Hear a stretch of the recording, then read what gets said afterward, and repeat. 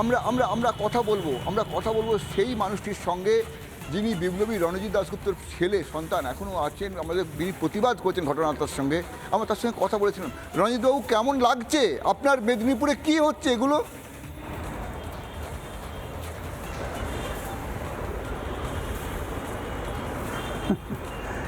কি বলবো, মানে আমার বলার মতন কোনো জায়গা নেই।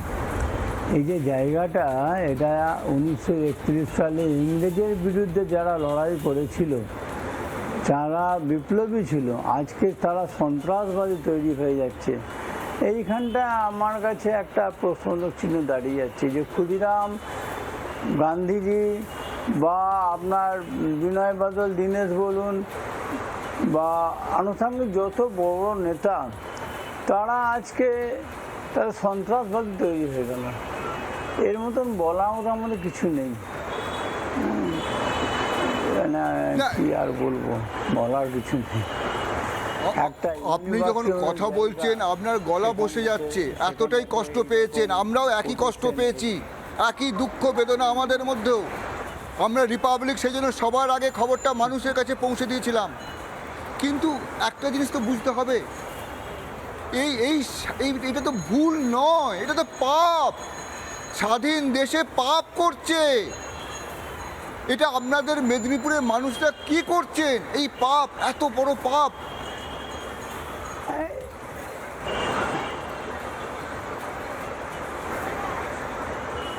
মেন ব্যাপার হলো, এটা যদি কোনো প্রাইমারি বা স্কুলের হতো মানিয়ে নেওয়া যেত, কিন্তু একদম ইউনিভার্সিটি, বিদ্যাসাগর ইউনিভার্সিটি, সেখানে এই ধরনের প্রশ্ন বেরিয়ে আসা, এইখানে একদম মানে লাস্ট স্টেজ, কলেজ, প্রাইমারি, মাধ্যমিক, কলেজ, এবং এটাই লাস্ট স্টেজ অফ পেন। এই লাস্ট স্টেজে গিয়ে দিয়ে এই ধরনের প্রশ্ন বেরিয়ে আসে, এর কোনো উত্তর বা বের করানো খুব মুশকিল।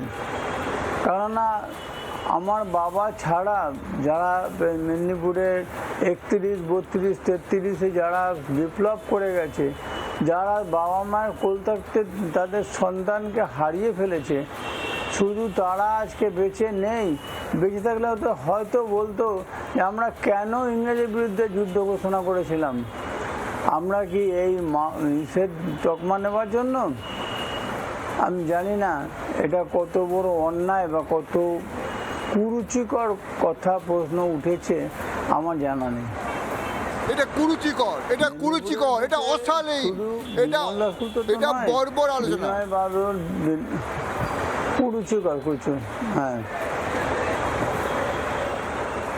এটা তো কুরুচিকর নিশ্চয়ই। এটা তো সবসময় মানুষ, প্রত্যেকটা মানুষের বলবে, যারা শিক্ষিত, যারা অশিক্ষিত, যারা স্কুলে পড়াশোনা করছে, তারা প্রত্যেকের কাছে এটা একটা অরুচিকর জায়গা দাঁড়িয়ে আছে। ক্ষুদিরাম থাকতে আরম্ভ করে, নেতাজি থাকতে আরম্ভ করে, বিনয় বাদল দীনেশ থাকতে আরম্ভ করে, প্রদ্যোৎ বচ্চন, যাদের, তারা তো মানে সেখানেই শেষ হয়ে গেছে। তারা তো আর বিবাহিত জীবন বা তাদের বংশধর করে রেখে যায়নি। তো সেই সমস্ত লোকেরা আজকে ফাঁসির মঞ্চে গান গেয়ে গেল যে আমরা একবার বিদায় দে মা। তো এই গানটা শুনবার জন্য কি তারা বিদায় দিয়েছিল তার মায়ের কাছ থেকে? এটাই আমার কাছে খারাপ লাগছে। আপনার সঙ্গে আমরা কথা বলবো, কিন্তু এই যে একবার বিদায় দে মা, আমরা যে গানটা শুনি, ঠিকই বলেছেন, একবার বিদায় দে মা, আমরা গান গেয়ে যা ফাঁসির মঞ্চে এগিয়ে গিয়েছিল, আমাদের চোখে যাদের অশ্রু জল যাদের জন্য লেগে আছে, আমরা সব জানি, সব কষ্ট হচ্ছে। আপনি থাকুন আমাদের সঙ্গে, আমরা শুনবো মুখ্যমন্ত্রী মমতা বন্দ্যোপাধ্যায় লন্ডনে গিয়ে কি বলেছিলেন, আমরা সেটা শুনবো। আমি পিসিআরকে বলবো সেটা একবার চালাতে। I love UK because we have an emotional relation, historical relation, heritage from the heritage point of ours and from yours also. 190 years you ruled in India, and when you ruled before independence, Calcutta was the capital of India. So you build up so many buildings, the heritage buildings and so many things. Every day we used to remember that. Come and invest Bengal. Bengal means business, and you means your heritage in Bengal, because you ruled Bengal so many times, India. So don't forget that, Always India remembers you and Bengal also remembers you. Our people love UK, our Indian people. Remember, সব স্মরণে আছে, সব স্মরণে আছে। আমাদের স্মরণে খালি এইটা নেই, আমাদের এদের কথা স্মরণে আছে, মুখ্যমন্ত্রীরও স্মরণে আছে। কিন্তু যারা বিপ্লবী, যাদের জন্য ভারতবর্ষ আজ স্বাধীন, তাদের কথা আমাদের স্মরণে নেই, তাদের কথা স্মরণে নেই। স্মরণে নেই তো নেই, আমরা বলছি তাদেরকে সন্ত্রাসবাদী। কারা বলছে? বিদ্যাসাগর ইউনিভার্সিটি, মেদিনীপুরের বিদ্যাসাগর ইউনিভার্সিটি। যখন কলেজে কলেজে এইরকম অত্যাচার চলছে, যখন কলেজগুলোকে বলা হচ্ছে তৃণমূলের যে ফ্রাঙ্কেনস্টাইন তৈরি করেছে, তৃণমূল নেতাদের আঁতুর ঘর, ফ্রাঙ্কেনস্টাইন তৈরি হচ্ছে, এক একটা করে কারখানা তৈরি হচ্ছে কলেজে, তখন সেই ইউনিভার্সিটির বুকে বলা হচ্ছে বিপ্লবীরা সন্ত্রাসবাদী। আর এই তৃণমূল নেতারা ওরা কারা তাহলে? তাহলে ওদেরকে কি বলছে? বিদ্যাসাগর আমি ভিসির সঙ্গে কথা বলতে চাই। বিদ্যাসাগর ইউনিভার্সিটি যে প্রশ্নপত্র এবার করবে, সেখানে এই কলেজে কলেজে তৃণমূলের যারা আছে, তৃণমূল নেতারা যারা ধর্ষণ করছে, যারা মারধর করছে, যারা যৌন হেনস্থা করছে, যারা টাকা লুট করছে, তাদেরকে কি, তাদের জন্য কোন ওয়ার্ডটা রাখবে?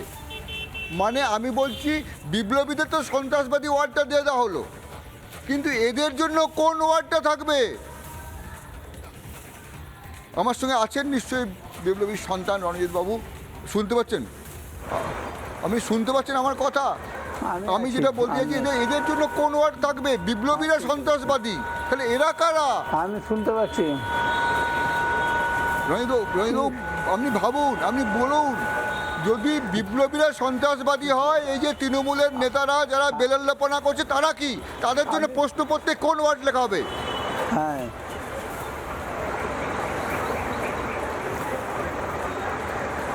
আজকে যারা দীর্ঘদিন 10 বছর 20 বছর ধরে কালাপানিতে নিজেদের জীবনকে করে এসছে, এবং শুধু সেখানে নয়, কালাপানি আন্দামান নয়, তারা ফাঁসির মঞ্চে জীবন দিয়ে গেছে। এমনকি গুলি খেয়ে, বার্জের কেসের গুলি খেয়ে তারা ওইখানে লুটিয়ে পড়েছে। তারা যদি আজকে বেঁচে থাকতো, তাহলে আজকে তারা কি বলতো? তারা আজকে কি শিখছে? আমাদের বাচ্চারা আজকে কি শিখছে? আমাদের বাচ্চারা শিখছে মাও সন্ত্রাসবাদী, বিমল দাস তো সন্ত্রাসবাদী, দীনেশ গুপ্ত, বিনয় বাদল দীনেশ, এরা সব সন্ত্রাসবাদী, গান্ধী বা নেতাজি এরা সব সন্ত্রাসবাদী।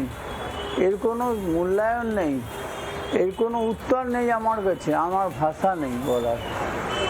আমি এটাই উত্তর নেই, উত্তর নেই, ভাষা নেই, কারোর কাছে উত্তর নেই, কারোর কাছে ভাষা নেই। আপনার কাছে আমরা পরে আবার আসবো, জানবো, আমরা জানবো বিপ্লবীদের কথা, আরও মানুষকে জানাবো। আমাদের কাছেও ভাষা নেই। আমি বলবো যে ক্ষমা চাইলেন, এই যে ক্ষমা, সেই সেই সেই যেটা আমাদের এক্সক্লুসিভ যে বাইটটা উপাচার্যের, সেই বাইটটা একবার শোনানো হোক।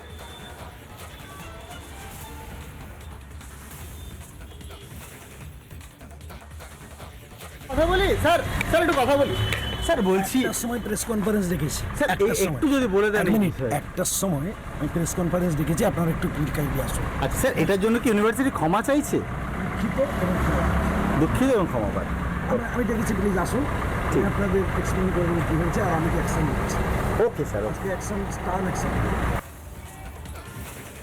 সমাধিতা শুনলে তো, সমাধিতা শুনছো, উপাচার্য বলছেন ক্ষমা চাইছি।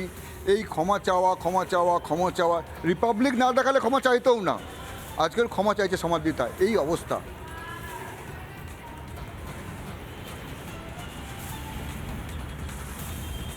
একদমই তাই শুভ্রাংশু, এবং আমার প্রশ্ন হচ্ছে, ক্ষমা চেয়ে কি পার পেয়ে যাবে? দেশদ্রোহ আইনে ব্যবস্থা নেওয়া হবে না? দেশদ্রোহ নয় এটা, দেশদ্রোহ আইনে তাহলে কেন পদক্ষেপ করা হবে না এই বিশ্ববিদ্যালয় কর্তৃপক্ষের বিরুদ্ধে? এই প্রশ্ন রিপাবলিক রাখলো। মমতা বন্দ্যোপাধ্যায়ের আমলে বিপ্লবীরা সন্ত্রাসবাদী হয়ে যাচ্ছে। মমতা বন্দ্যোপাধ্যায় বিদেশে গিয়ে বলে আসছেন যে ব্রিটিশদের সঙ্গে নাকি ইমোশনাল বন্ডিং আছে, হিস্টোরিক্যাল বন্ডিং আছে, এবং সেই অনুপ্রেরণাতেই বিপ্লবীরা সন্ত্রাসী হয়ে যাচ্ছেন। দেশদ্রোহ কি না এটা? এই দেশদ্রোহ হওয়ার জন্য দেশদ্রোহ আইনে ব্যবস্থা নেওয়া হবে না কেন? প্রশ্ন রাখলাম আমরা। শোনাবো আপনাদের বিজেপির রাজ্য সভাপতি শ্রমিক ভট্টাচার্যের বক্তব্য। মুখ্যমন্ত্রী যে রাজনৈতিক দলের গর্ভ থেকে তার দলের জন্ম দিয়েছেন, সেই কংগ্রেস কার্যত ওই ব্রিটিশের শেখানো কথা বিপ্লবীদের চিরকাল সন্ত্রাসবাদী মনে করে এসেছে। কংগ্রেস বিপ্লবীদের মিসগাইডেড প্যাট্রিয়ট বলতো। কংগ্রেস বাংলার সঙ্গে, বাঙালির সঙ্গে, বাঙালি বিপ্লবীদের সঙ্গে বিশ্বাসঘাতকতা করেছে, প্রতারণা করেছে, টেক্সট থেকে তাদের নাম সরিয়ে দিয়েছে। আর তারই গর্ভ থেকে জন্ম নেওয়া তৃণমূল কংগ্রেস এখন বাংলার অস্মিতার কথা বলছে। নানা ধরনের কন্টেন্ট দেখার জন্য লাইক করুন, শেয়ার করুন আমাদের ফেসবুক পেজ, সাবস্ক্রাইব করুন আমাদের ইউটিউব চ্যানেল। পাশাপাশি অন্যান্য ব্রেকিং নিউজের জন্য অবশ্যই চোখ রাখুন রিপাবলিক বাংলায়।